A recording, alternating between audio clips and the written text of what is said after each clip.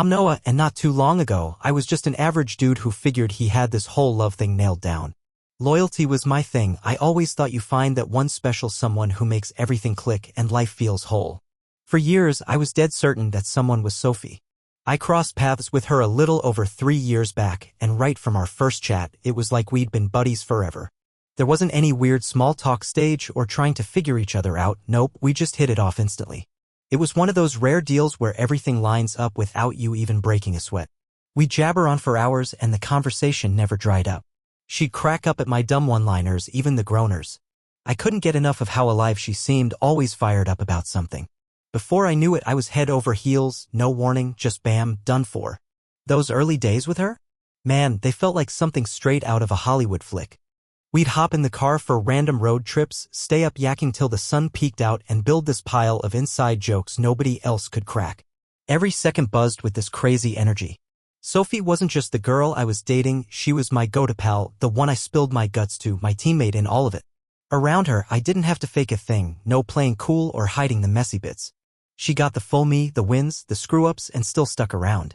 Sophie had this knack for turning anything into an adventure, whether we were hitting up a new diner, plotting a weekend getaway, or just chilling with a movie night.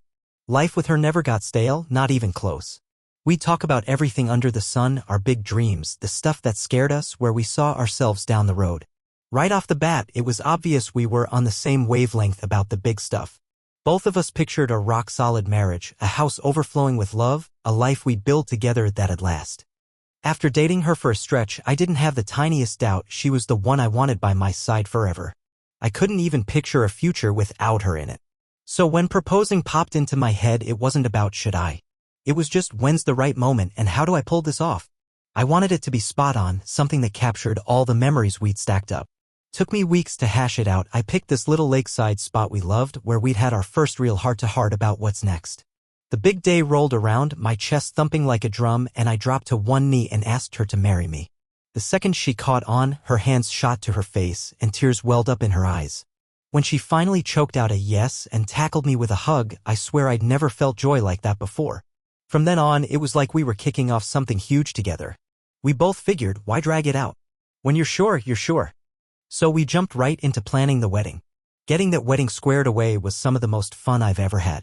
Our families were over the moon, our buddies couldn't shut up about it, and Sophie and I were totally locked in on how we wanted it to go down. We'd spend hours hashing out colors, song lists, and where to hold it, making sure every piece screamed us.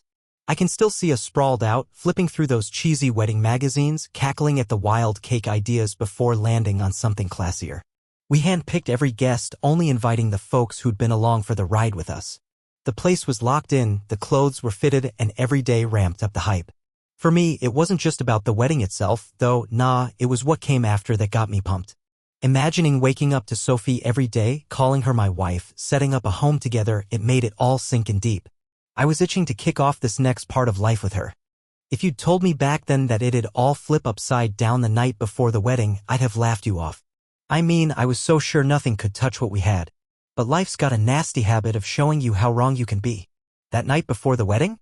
It was supposed to be one of the best of my life. The rehearsal dinner turned out just like Sophie and I pictured, a cozy little get-together with family and our closest pals, buzzing with laughs, tasty grub, and some real heartfelt toasts. Tomorrow's the big shift, though. I'd finally tie the knot with the girl I adored. While my best man rambled through a funny speech about our years as buddies and how I struck gold with Sophie, I couldn't argue. Damn right I was lucky. I'd landed someone I was crazy about, someone I figured was just as all in for me as I was for her. This was the real deal. The start of something permanent. As the night rolled on, folks started trickling out. Relatives who'd driven in from out of town swung by to say their goodnights, hyping me up about how pumped they were for the wedding. I hung out near the door, slapping hands and pulling people in for hugs, just thankful so many showed up to share this with us. The vibe in the place was easy and happy, exactly how it's supposed to feel. Then, out of nowhere, something shifted. I took a quick look around and realized I hadn't spotted my best buddy Matt in a bit. He'd been glued to me all night, tossing out wisecracks and keeping the energy up. I figured he was still floating around, maybe yakking with somebody, but when I checked the crowd, no sign of him. Could be he ducked out early without a word, not his style, but I shrugged it off and jumped back into chatting. Then it slammed me a few minutes later, hold up, where's Sophie? My brow furrowed as I glanced over to where I'd last seen her, but she wasn't there. Maybe she'd wandered off to hug a cousin goodbye or was outside giggling with her crew. With the place clearing out, I just wanted a quiet second with her, just us, before the wedding madness kicked in. I mumbled an excuse to the folks I was with and started roaming the venue, poking my head into little side spots and down hallways, even cracking open a couple doors. Zilch? I flagged down a few people asking if they'd seen her, and one guy offhandedly said, "Oh yeah, I think she headed out to the backyard a while back." The backyard, sure, that tracked. Maybe she needed a breather, soaking in the night air to unwind. So I took off down the path out back, the chilly breeze nipping at my cheeks. The lights from the venue faded as I got farther from the main room, the chatter dying down behind me. I wasn't braced for anything weird. Nothing could have prepped me for my whole life to crash down in a heartbeat. As I got closer, I caught some movement in the shadows over by this tucked-away corner of the yard. A little hideout spot. I eased up, squinting into the low light. Two shapes huddled real close. My gut sank like a rock. At first, my head couldn't piece it together. Like, what am I even looking at? But then the soft garden lights hit them just right. And there they were. Sophie, pinned against the wall, tangled up in Chris's arms. Their mouths locked in this intense kiss. I stood there, locked in place, staring at the woman I was hours away from marrying. The one I'd built my whole future around. Making out hard with the guy I trusted more than anyone. Before I could clamp it down, before I could even wrap my mind around the wreckage in front of me, her name tore out of me. Sophie. She flinched back from Chris like she'd been zapped. Eyes popping wide, lips parting like she had some explanation ready. But nothing came, just silence, no defense. Chris, though? He just dropped his head, hands scrubbing over his face, shame pouring off him. He wouldn't even meet my eyes. I was rooted there, feeling like the earth had vanished under my feet. Part of me begged for this to be a bad dream, like I'd snap awake in bed, counting down to the wedding. But nah, this was happening. And it wasn't some random dude she'd stabbed me in the back with. It was my best friend. My brother in everything but DNA. I can't even recall if words came out of me, or if I just stood there mute. The fury, the hurt, the soul-crushing betrayal. It all hit like a freight train, crashed over me like a tidal wave, and I couldn't stand there another second. My legs kicked into gear before my brain even clocked what was happening. Sophie's voice chased after me, all panicky and pleading. "Noah, hold up, please. Let me talk this out." But what was she gonna say? What magic fix could she possibly spit out? Chris mumbled something behind her, maybe a sorry, maybe some lame justification, but I didn't give a damn. I didn't slow down. Didn't even glance back. I shoved through the handful of guests still hanging around, my eyes going fuzzy as the storm of feelings started swallowing me whole. Somebody, could have been mom, could have been a cousin, called out asking if I was all right. I didn't answer, just kept plowing ahead. By the time I hit my car, my hands were trembling so bad I could barely jam the key into the slot. Took me a couple shaky tries before the engine growled awake, and then I floored it, tires squealing as I peeled out. Didn't have a clue where I was headed. The world outside my windshield smeared into a streak, streetlights whipping by like phantoms. Then my phone went nuts, buzzing like a hornet's nest. Call after call, texts piling up, Sophie, Chris, my folks, buddies, the whole damn crew. It was a flood I couldn't deal with. I snatched it up, killed the power, and chucked it onto the seat next to me. Excuses? Apologies? I wasn't in the mood, I just craved quiet. When I finally rolled up to my place, I parked like a lunatic, barely noticing how wild I'd driven to get there. Stumbled out, fumbled my way inside, and locked the door with hands still jittering like crazy. The second I crossed the threshold, I crumpled onto the couch, body dead numb, mind a total mess. Pretty soon, the knocking started, soft at first, worried voices drifting in from outside, folks who'd tailed me home. Then it got louder, more insistent. I heard Mom's voice, calling my name, and somebody else, maybe my cousin, begging me to let them in. I tuned it all out. No way I could look anyone in the eye right then. I wasn't ready to field their questions or unpack the disaster I'd just seen. Hell, I still couldn't wrap my head around it. When I finally scraped up enough grit to talk, my voice came out rough, hollow, and done. Go home. After a long, heavy beat, They trickled away, one by one. Next morning, when my eyes cracked open, there was this split second where it all vanished. I forgot. Felt like every ounce of feeling had leaked out of me overnight, leaving just this hollowed-out version of the guy I'd been yesterday. Out of reflex, I grabbed my phone, but the second that screen lit up, I wished I hadn't. Missed calls stacked up, dozens of texts, voicemails, most from Sophie. Noah? Please let me explain. I'm so sorry. Talk to me.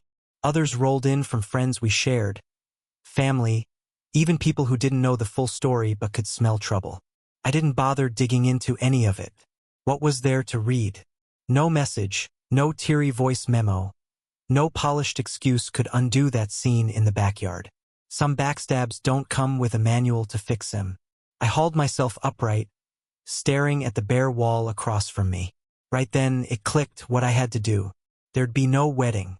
Nothing worth saving was left. The life Sophie and I had mapped out, torched, and I sure as hell wasn't gonna stand up there like a chump, acting like it was all good. Nope. Time to shut it down for real. With hands steady now, I pulled up the wedding group chat, the one Sophie and I had been running with vendors, family, and friends for months.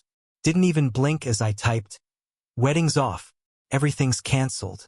Thanks for all the love. But it's done." Hit send. Then I dialed my parents. Mom picked up fast, her voice dripping with worry. "Noah, what's going on? You okay?" I swallowed the lump in my throat, forcing my tone to stay even though I was shattering inside. "No wedding, Mom. It's finished." The line went dead quiet, loud in its own way. Then the questions poured out. What happened? How come? You sure about this? I kept it short, sparing them the ugly play-by-play. Sophie screwed me over. I can't marry her. Dad didn't say a word. Mom let out a little gasp, but neither of them pushed back. My folks knew me too well to push back. Once I'd set my mind to this, there was no turning around. I sucked in a breath and laid out the next piece. "I'm skipping town for a bit. Gotta clear my head, so don't fret about me." Mom started to argue, but I stopped her soft-like. "Just need some time alone, Mom, that's it." She let out a sigh, heavy with hurt but getting it. Dad finally piped up, his tone solid as a rock. "Handle what you gotta handle, son. Just don't go ghost on us completely." I gave my word I'd touch base when I was good and ready, then hung up. The ache was still gnawing at me, but now it had a buddy clarity. No way was I letting this backstab write my story. I wasn't gonna mope around, fishing for sorries that wouldn't fix a damn thing. I was out. Packed my stuff without a sound, no waffling, no rethinking, just a need to bolt. That honeymoon trip? Already paid up, locked in. The bitter twist of it didn't slip by me. It was supposed to kick off this big new chapter, a party for love, a memory we'd carry forever. Now it was my getaway car, a spot to wrestle solo with the ruins of what should have been my peak moment. The ride to the airport felt like a fever dream, like I was floating outside myself, watching it unfold. Phone was still dead, and I had zero plans to juice it up anytime soon. I knew the chatter was flying guests who'd come from all over, hunting for the scoop. No clue how word got out, but I'd bet my folks spilled it. Wedding scrapped. Bride screwed over the groom. Best man turned out to be the side guy. That's the short and ugly of it, they didn't need more. Pulled up to the resort and the desk crew flashed me big grins, tossing out congrats for my honeymoon. I managed a stiff nod, too empty to set 'em straight. Stepped into the suite and my gut twisted at the sight, rose petals sprinkled all pretty on the bed, champagne chilling in a bucket, little details screaming special. Swiped the petals off with one quick flick of my arm. The quiet in there hit like a brick wall. Plopped down on the balcony, eyes locked on the ocean stretching out forever, waves smashing the shore. Usually that sight settles me down, but tonight it looked ruthless, like it was gobbling up everything in its path. I took a long breath in. For the first time since it all blew up, I let the full mess sink into my bones. Don't know if I'll ever buy into love again. I'd poured it all out, my trust, my loyalty, my whole damn future, handed it to Sophie, and she chucked it like it was trash. Not sure I can put faith in anybody anymore. My best friend, the guy who'd had my back through every high and low, plunged a knife in me in the worst way imaginable. I'd always figured if there was anything solid in this world, it was Sophie and him. Trusted them deeper than anyone, and in one rotten night, they showed me how wrong I was. No tears came, I'd already drained that well dry. Now it was just this void, a blank ache I wasn't sure would ever pack up and leave.